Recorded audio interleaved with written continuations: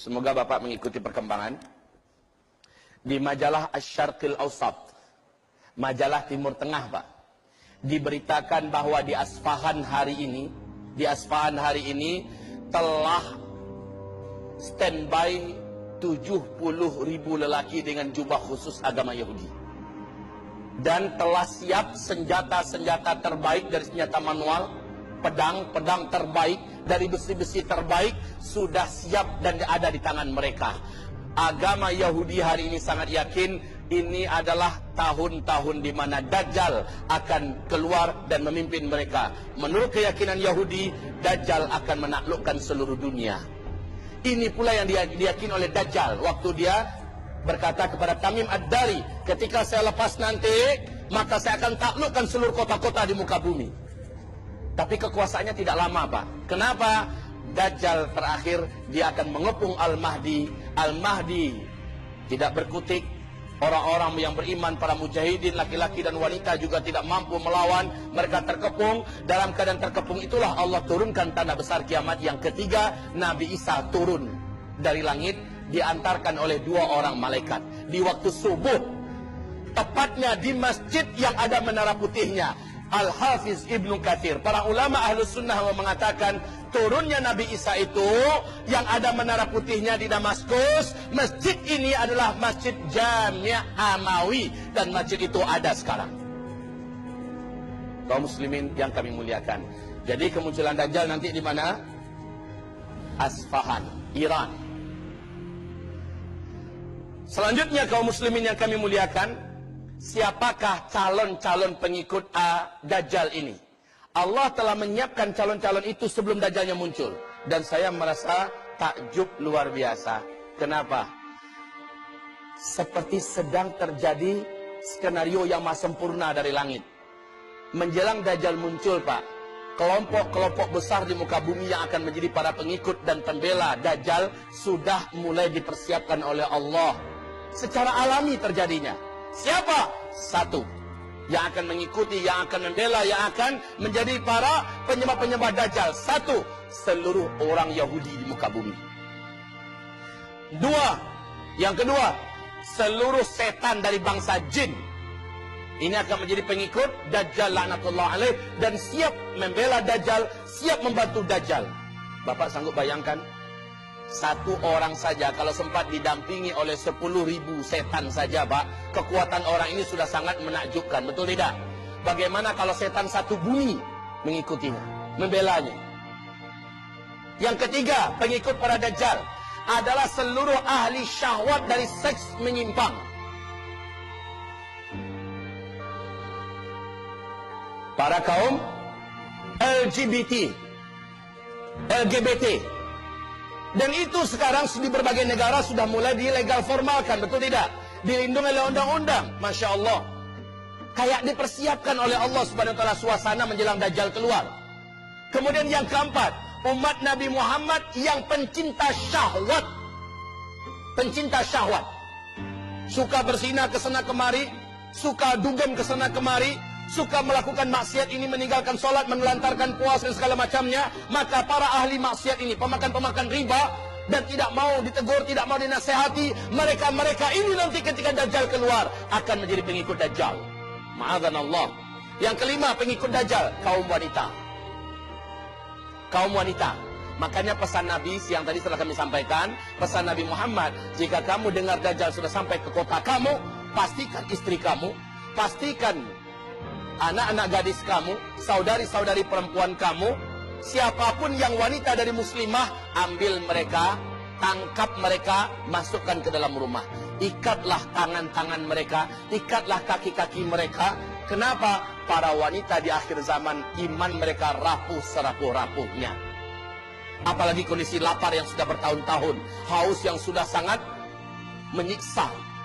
Dan Dajjal datang dengan kekuatan magicnya, dengan hipnotisnya, dengan sihirnya. Di mana kota dia masuk, dia sebarkan sihirnya, dia sebarkan magicnya, dia sebarkan hipnotisnya. Dia punya daya tarik magnet yang sangat dahsyat. Kaum muslimin yang kami muliakan, ini yang kelima, para wanita. Ibu-ibu, mohon ibu menyimak dengan sebaik-baiknya. Rasulullah perintahkan kita semua, kita semua dan bawa anak-anak kita sekalian, Pak. Dajjal pasti akan sampai ke kota Banjarmasin. Dajjal pasti akan sampai ke kota Banjarmasin. Tidak ada satu kota pun di muka bumi ini yang tidak akan dimasuki oleh Dajjal. Kaum muslimin, Rasulullah mengatakan agar kamu selamat dari Dajjal, lakukan 6 hal berikut. Camkan ini baik-baik. Yang pertama, di akhir zaman ini, seluruh umat Nabi tolong dalami kembali, tolong luruskan kembali pemahaman akidah. Belajarlah tauhid yang sahih, tauhid yang diajarkan Nabi Muhammad SAW dan para sahabatnya. Pastikan seluruh kita belajar lagi akidah yang benar, akidah Ahlus Sunnah wal Jamaah. Jangan lagi diributkan, ini akidahnya mana? Ini akidah Ahlus Sunnah wal Jamaah. Dari kitab-kitab para ulama kita yang terdahulu, kaum muslimin belajar. Para ulama kita, desak mereka agar mengajarkan apa itu syirik, agar mengajarkan kepada kita apa itu khurafat, agar mengajarkan kepada kita apa itu tauhid, agar mengajarkan kepada kita iman yang benar. Al-imanu billah wa malaikatihi wa kutubihi wa rusulihi wal yaumil akhir wal qadari khairi wa syarrih. Ajarkan dengan benar. Kaum muslimin, tolong baca kitab Fathul Majid, kitab tentang syirik, baca. Sebaiknya didamping oleh para alim ulama kita yang benar, karena kitab ini adalah kitab induk tentang masalah syirik. Ibarat Allah, belajar. Yang kedua, seluruh umat Nabi, kata Nabi, yang selamat di akhir zaman adalah orang-orang Islam dari umatku yang hidupnya dalam Islam benar-benar fanatik habis dengan Al-Quran dan Sunnah. Fanatik habis. Ini ada dalilnya, ini ayatnya. Ini ada dalilnya, ini hadisnya. Selama ada ayatnya, ada hadisnya, dan ulama ijma di atas itu, dia fanatik. Nggak peduli apa kata orang, tidak peduli apa cibiran orang, tidak peduli apapun resiko. Inilah jalan yang harus diambil oleh umat Nabi di akhir zaman. Mereka-mereka inilah yang lulus tes iman, yang akrab dan nempel, fanatik dengan Al-Quran dan Sunnah Nabi Muhammad SAW. Yang ketiga, Nabi perintahkan kalau Dajjal nanti keluar, maka umat Nabi yang mampu hijrah cepat lari dan hijrahlah ke Mekah atau ke Madinah, karena dua kota inilah yang tidak akan bisa dimasuki oleh Dajjal. Yang keempat, Nabi mengatakan SAW, setiap umatnya sebelum tutup salatnya, sebelum Assalamualaikum warahmatullahi wabarakatuh, sebelum Assalamualaikum, setelah tahiyat akhir, baca doa perlindungan dari Dajjal. Sudah hafal? Yang belum hafal tolong angkat tangan. Yang belum hafal, saya akan bunyikan contoh doanya apa. Yang belum hafal jangan malu, Pak. Orang yang angkat tangan berarti punya niat untuk ingin menghafal, betul tidak? Angkat tangan yang belum hafal. Oh, ternyata cukup banyak. Jangan malu, Pak, karena bukan Bapak sendiri yang banyak nggak hafal, ya. Banyak yang belum hafal dari umat Nabi Muhammad. Apa itu doanya?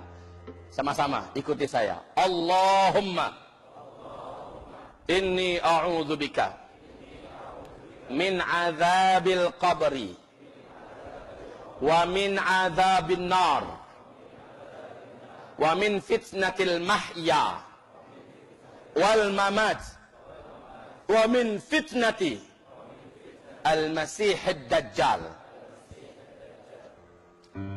Allahumma inni a'udzubika min azabil qabri wa min azabin nar wa min fitnatil mahya wal mamat wa min fitnatil masihid dajjal. Yang belum hafal, rujuk di kitab zikir akhir zaman.